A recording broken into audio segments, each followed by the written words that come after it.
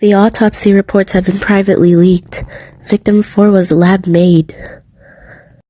This means it's more efficient, with more stamina and intelligence. How'd they find this out? There's an autopsy showing metal bones along with a man-made consciousness.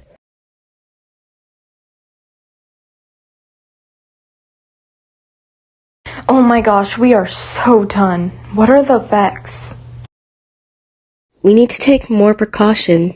Like again, we only currently have a record of 5 victims. There's probably hundreds of more. And many other lab-made ones that are stronger.